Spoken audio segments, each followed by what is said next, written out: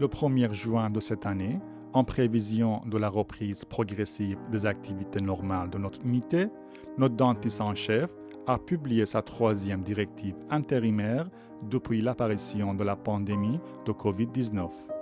Cette directive décrivait les mesures d'atténuation des risques à adopter par l'ensemble de notre personnel, militaire et civil, lorsqu'il travaille dans nos installations et a modifié le protocole précédent à la lumière de nouvelles preuves et directives de diverses sources.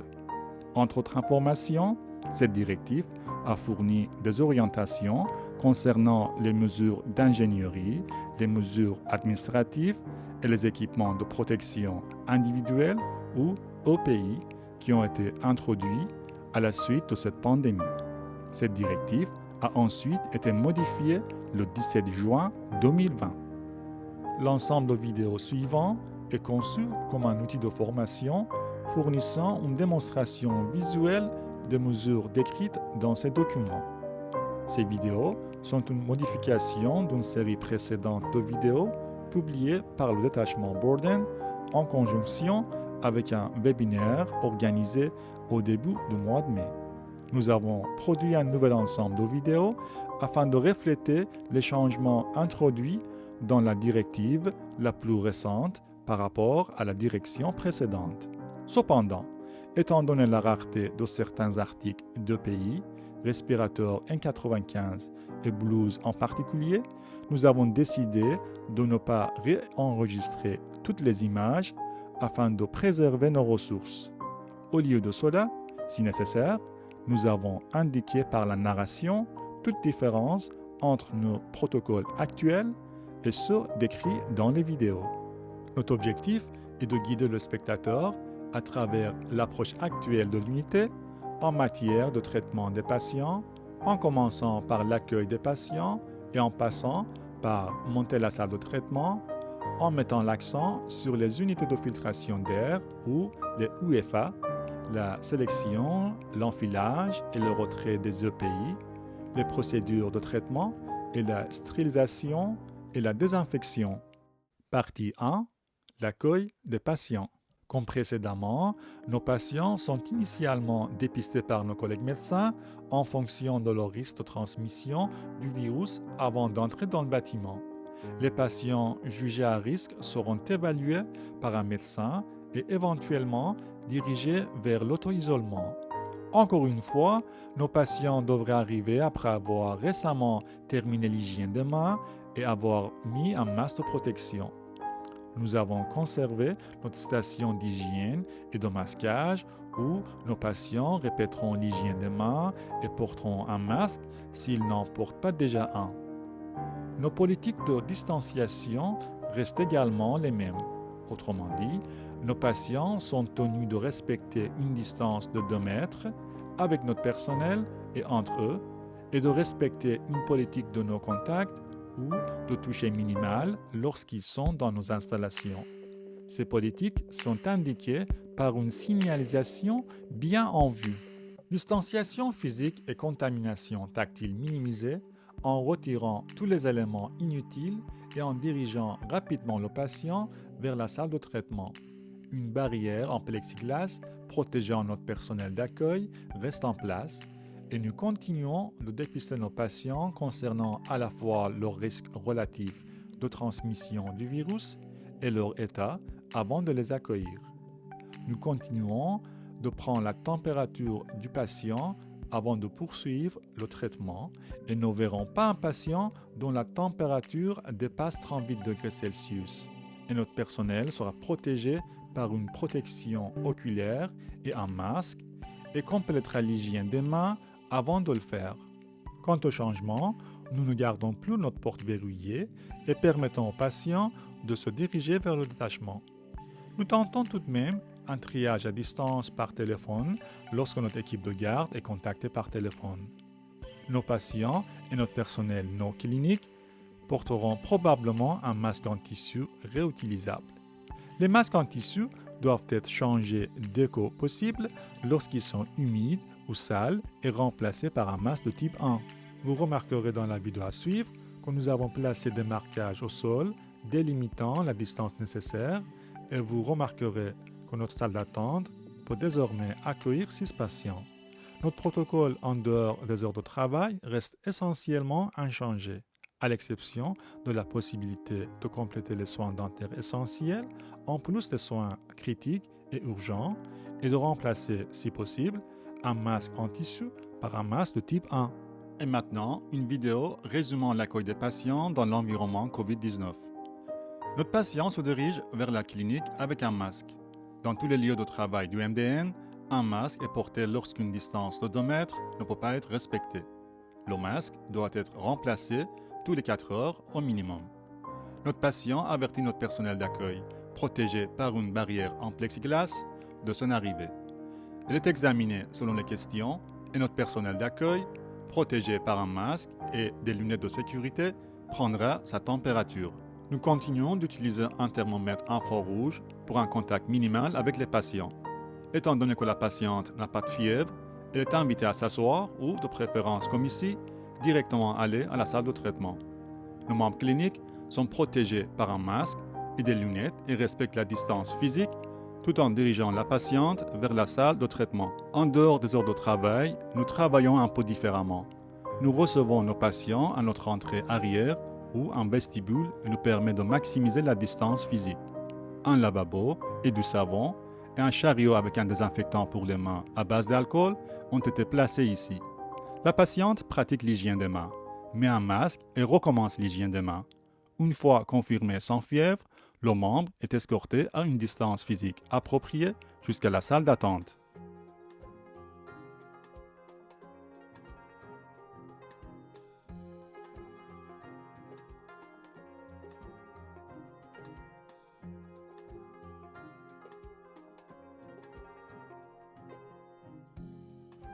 La dentisterie est l'un des domaines de santé les plus à risque pour la transmission de ce virus. Alors, des mesures appropriées doivent être mises en place pour protéger notre population. Un élément essentiel de cette protection est la sélection et l'utilisation correcte des équipements de protection individuelle ou des EPI. La directive la plus récente a vu des changements importants concernant notre utilisation des EPI. Ces changements sont le produit des consultations et de recherches continues. La directive intérimaire du dentiste en chef continuera d'évoluer en fonction des nouvelles preuves scientifiques et des directives de diverses autorités de santé publique. La sélection des EPI dépendra du risque relatif du patient d'être porteur de COVID-19 et du fait que la procédure prévue soit une procédure générant des aérosols ou une procédure exempte d'aérosols. Un certain nombre de changements ont été introduits dans la nouvelle directive. Masque. Le niveau ASTM 2 ou 3 sont autorisés. Blouses. Les blouses ne sont pas requises pour le traitement à faible risque sans instrument rotatif et tout niveau de blouse est autorisé pour le traitement à faible risque avec instrument rotatif. Les blouses de niveau 1 ou 2 peuvent être utilisées pour un traitement à risque élevé. La sélection du niveau 1 ou 2 est déterminée par la quantité d'eau pulvérisée. Gants. Des gants chirurgicaux que le traitement en question présente un risque élevé ou faible ne sont requis que pour les procédures aseptiques. Des gants d'examen peuvent être utilisés pour toutes les autres procédures à risque élevé. Hygiène des mains. Les cliniciens doivent désormais compléter l'hygiène des mains et des avant-bras. De plus, la directive mise à jour publiée le 17 juin a supprimé l'obligation de couvre-chaussures et a souligné la nécessité d'un écran facial où les instruments rotatifs sont utilisés pendant le traitement à faible risque. Encore une fois, nous avons rangé tous nos EPI dans une salle désignée avec des aides-mémoires. Nous avons déplacé notre salle d'EPI dans une salle de radiographie non utilisée. Et comme il s'agit d'une salle fermée, elle isole le matériel des particules. Nous avons placé des schémas illustrant les 3 états vestimentaires décrits dans notre dernière instruction sur le mur, en plus des versions agrandies des annexes. Voici le protocole pour mettre l'EPI à faible risque, comme l'examen ou les procédures avec instrument en main. Faites attention à la séquence. Voici le protocole pour enlever l'EPI à faible risque. Et ici, nous avons le protocole pour l'EPI à faible risque avec instrument rotatif. Enfin, voici le protocole pour mettre et enlever l'EPI à risque élevé. Faites attention à la séquence.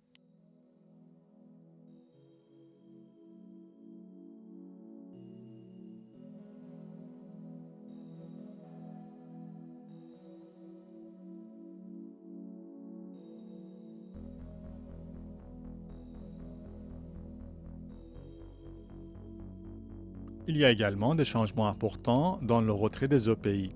Nous sommes toujours équipés d'un poste de retrait dans les salles de traitement à risque élevé.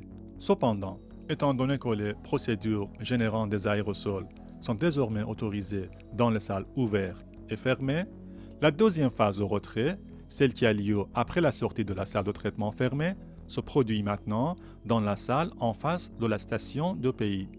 Nous sommes établis une zone centrale pour le retrait des EPI réutilisables. De plus, alors que dans les vidéos à suivre, le bonnet et l'écran facial sont retirés dans la salle fermée, le clinicien continue désormais de porter l'écran facial à la sortie de la salle et l'enlève dans la station de retrait. Nous reconnaissons que des vidéos entièrement nouvelles illustrant les nombreux changements décrits seraient utiles. Cependant, comme mentionné dans l'introduction, nous avons jugé prudent de préserver nos ressources autant que possible et croyons que les vidéos suivantes restent un outil pédagogique utile. Équipement de protection individuelle.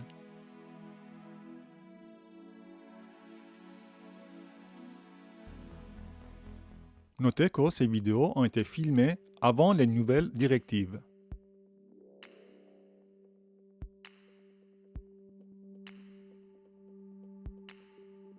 Encore une fois, nous avons rangé tous nos EPI dans une salle désignée avec des aides-mémoires. Les équipements sont placés dans l'ordre.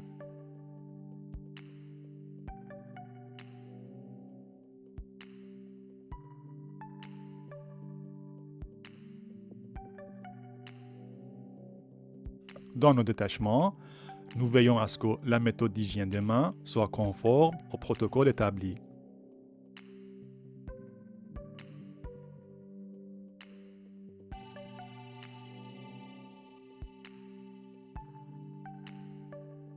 Vous voyez ici la façon de mettre des blouses d'isolation qui doivent couvrir le devant et le derrière du corps.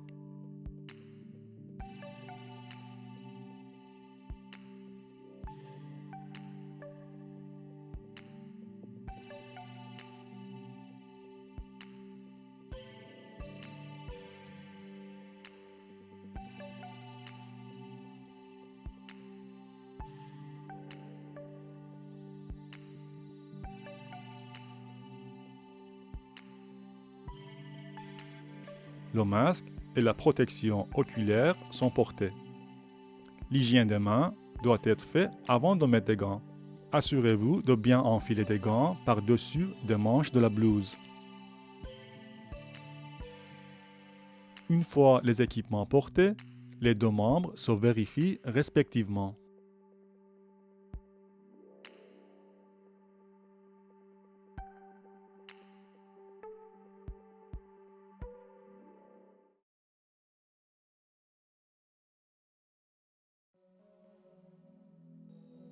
Maintenant, regardons comment porter des blouses médicales.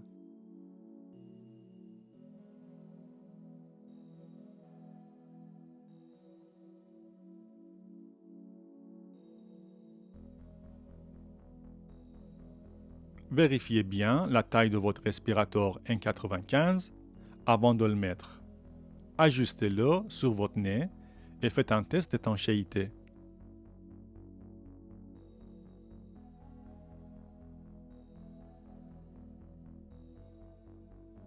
On continue avec la protection oculaire, le bonnet et l'écran facial qui doit descendre jusqu'au menton et couvrir les deux angles mandibulaires.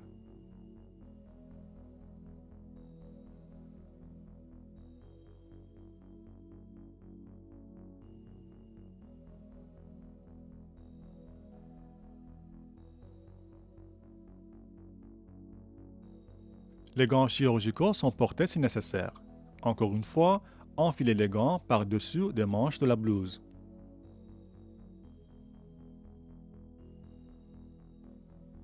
Ici, nous vous montrons comment enlever les équipements de protection individuelle. Attention, ces vidéos ont été filmées avant les nouvelles directives.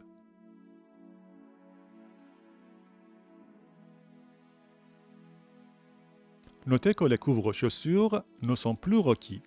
La blouse et les gants doivent être enlevés en même temps dans la salle de traitement.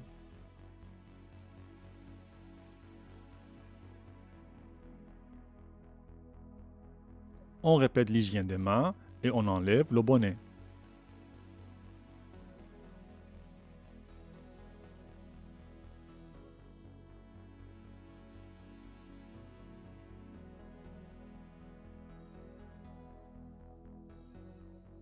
Attention, il ne faut pas enlever l'écran facial dans la salle de traitement. On répète l'hygiène des mains. On sort de la salle de traitement et on rentre dans le poste de retrait. On répète l'hygiène des mains. On enlève l'écran facial, la protection oculaire et le masque en tirant les sangles.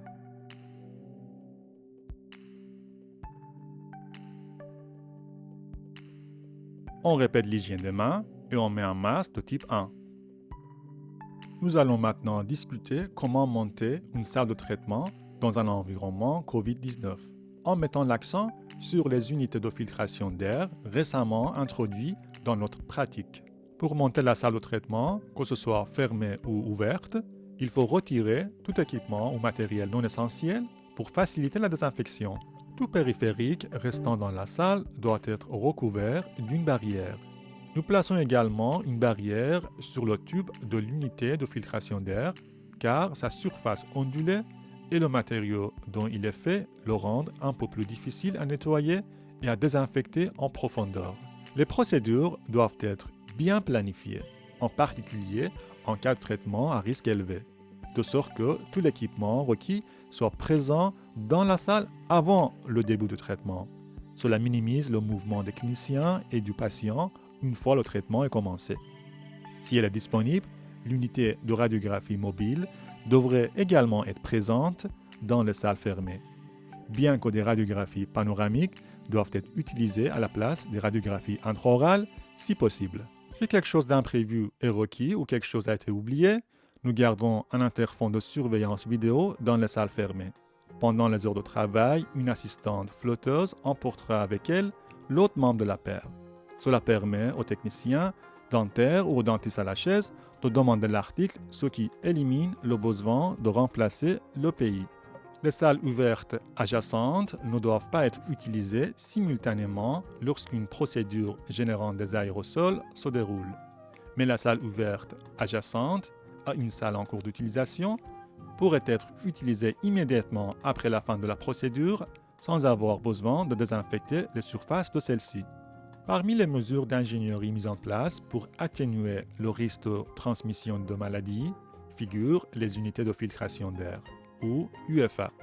Ces dispositifs servent à réduire la concentration de particules en suspension dans l'air au niveau de pré-traitement. Ces unités ne sont efficaces que dans des salles fermées. Ces unités ne donnent pas aux cliniciens la liberté de générer librement des aérosols et exigent toujours que tous les efforts soient faits pour éviter ou minimiser la génération d'aérosols dans notre environnement actuel. Les UFA doivent également être complétés par l'utilisation compétente de l'évacuation à haut volume, une autre méthode de capturer des particules d'aérosols. Nous utilisons deux UFA portables pendant le traitement générant des aérosols, UFA à la chaise et UFA ambiant, qui utilisent tous les deux une filtration EPA.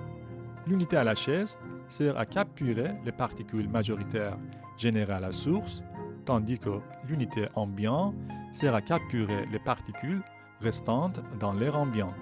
Comme le montre ce schéma de l'annexe H, UFA à la chaise est placé du côté du dentiste avec l'entonnoir positionné de telle sorte que le haut de la buse ne sort pas à plus de 20 cm du nez du patient et le fond est entre 1 à 2 cm du menton du patient. L'unité ambiante est placée au pied du patient et les évents sont dirigés vers le haut. Vous pouvez constater que le tube a tendance à s'affaisser et à tomber. Si tel est le cas, vous pouvez le raccourcir en retirant des sections de tube articulé. Cependant, ne coupez pas le tube. Vous pouvez également constater que le tube a tendance à se détacher de la base. Si tel est le cas, envisagez de le renforcer avec un collier de serrage et ou du ruban adhésif. Alors que l'UFA à la chaise est éteint entre les patients, l'UFA ambiante doit être continuellement opérationnel les jours où la salle fermée est en utilisation et éteint 30 minutes après le dernier patient. Après les procédures de génération d'aérosols, les deux UFA doivent continuer à fonctionner pendant 5 minutes après la dernière génération de l'aérosol, avant de retirer l'EPI et de quitter la salle. Pendant ce temps, la digue peut être retirée, les instructions post-opératoires données et le rangement initial commencé. Et maintenant, un bref résumé des points clés concernant le montage de la salle de traitement.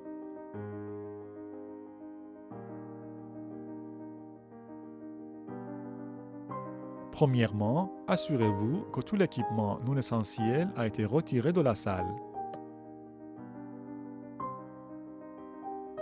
Tous les périphériques restants doivent être protégés par une barrière. Planifiez vos procédures à l'avance et anticipez tous vos besoins en équipement au préalable. Si vous travaillez dans une salle fermée, assurez-vous que l'interphone de surveillance vidéo ou le talkie-walkie est fonctionnel. Assurez-vous que votre équipement de radiographie intraorale est disponible, que les postes d'enfilage et de retrait ont tout le matériel nécessaire, comme un sac à ordures et un bac pour les EPI réutilisables. Assurez-vous qu'il y ait un gobelet avec du rince-bouche au peroxyde, 3 feuilles de Kleenex et un sac Ziploc sur le plateau. Assurez-vous au préalable que vos deux UFA fonctionnent à la vitesse la plus élevée. Lorsque le patient arrive, positionnez l'UFA comme nous avons discuté.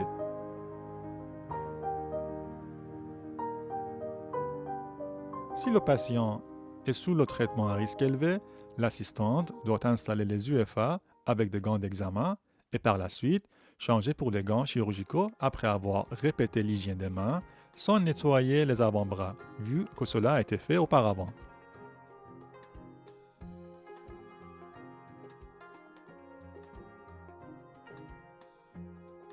Procédure de traitement.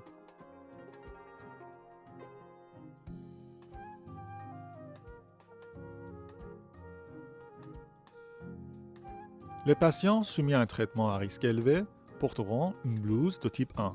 Étant donné la rareté de certains articles d'EPI, il est également permis de protéger le membre avec des barrières en plastique. Avant tout traitement, les patients retireront leur masque et se rinceront la bouche avec un rince-bouche au peroxyde. Le patient crache l'excédent dans un gobelet, absorbe l'excédent avec Kleenex, scelle le déchet dans un sac Ziploc et l'élimine à la poubelle avant le traitement. Après le traitement, le membre enlève sa blouse au besoin, répète l'hygiène des mains et met un masque. Si le traitement a lieu pendant les heures de travail, le patient doit quitter directement le bâtiment. En dehors des heures de travail, le patient est invité à attendre le personnel dans la salle d'attente. Une fois que l'assistante a retiré l'OPI, le membre est escorté à une distance physique appropriée jusqu'à la sortie. Pendant le traitement, il faut minimiser l'utilisation de l'instrument rotatif et des radiographies intraorales et des seringues RO et éviter les instruments à ultrasons comme des cavitrons. Les procédures générant des aérosols peuvent désormais être effectuées dans des salles ouvertes, mais uniquement lorsque le traitement peut être effectué avec une digue. Pour s'assurer que le personnel n'entre pas dans la salle une fois le traitement à risque élevé est commencé, la signalisation suivante est placée sur la porte des salles fermées. Par la suite, cette signalisation est utilisée pour indiquer quand on peut rentrer dans la salle en toute sécurité pour la désinfection. Si une procédure générant des aérosols est en cours dans des salles ouvertes, nous plaçons la même signalisation de chaque côté de la salle en service, ce qui empêche le personnel d'entrer dans l'espace de traitement et met en garde contre l'utilisation des salles adjacentes lorsque le traitement est en cours. Nettoyage et désinfection. Nous allons maintenant aborder le sujet du nettoyage et de la désinfection. Tout d'abord, n'oubliez pas d'attendre la période de temps nécessaire avant de procéder à la désinfection. Après un traitement à faible risque, la désinfection peut commencer immédiatement si aucun aérosol n'a été généré. Si une procédure générant des aérosols a été réalisée, 15 minutes doivent s'écouler après la dernière utilisation d'un instrument générant de l'aérosol. La catégorie de traitement à risque élevé dans une salle ouverte a été complètement éliminée, car les procédures générant des aérosols ne peuvent être effectuées dans des salles ouvertes que dans le cas d'utiliser une digue, qui est maintenant considérée comme à faible risque. Après un traitement à risque élevé, dans une salle fermée sans filtration d'air, 3 heures doivent s'écouler ou moins si l'échange d'air est connu. Après un traitement à risque élevé dans une salle fermée avec unité de filtration d'air, attendez 5 minutes après la dernière utilisation d'un instrument générateur d'aérosol. Après la sortie du patient, la désinfection peut se poursuivre. Comme l'illustre l'annexe B, les EPI pour la désinfection se composent de gants d'examen ou utilitaires, d'un masque de niveau 1 et d'une protection oculaire. Les désinfectants de surface de niveau intermédiaire que nous utilisons généralement sont efficaces contre le virus, mais il est important de respecter le temps de contact recommandé par le manufacturier. Un contact d'1 minute est requis dans le cas d'Optime, que nous utilisons à Borden. Optime est une solution à base de peroxyde d'hydrogène qui peut dégrader les surfaces plastiques. Toutes les surfaces exposées de la salle de traitement doivent être soigneusement nettoyées des débris, puis désinfectées avec un désinfectant de surface de niveau intermédiaire approprié. Cela comprend toutes les surfaces de la chaise dentaire, les tabourets, les surfaces du comptoir, les poignées de tiroir et tout l'équipement et les surfaces qui ont été manipulées ou exposées aux aérosols, qu'ils aient été utilisés ou non. Les UFA doivent également être désinfectés avec un désinfectant de niveau intermédiaire approprié, tel que Optime ou Cavicide. Portez une attention particulière à la désinfection du bras de capture et de la buse de l'UFA à la chaise, car ils seront plus exposés pendant le traitement et peuvent nécessiter une manipulation pour réajuster la position au milieu du traitement. Parce que le désinfectant peut laisser un résidu sur la buse en plexiglas, n'oubliez pas de l'essuyer avec un chiffon imbibé d'eau et de savon après la désinfection. Alternativement, cette partie peut être déconnectée et immergée dans de l'eau savonneuse pour un nettoyage en profondeur. Suivez les procédures typiques du centre de stérilisation. Notez que nous travaillerons avec du personnel dédié à ce stade. Si vous utilisez des bains à ultrasons, ne les utilisez jamais sans les couvercles et utilisez une barrière contre les fluides s'ils sont utilisés.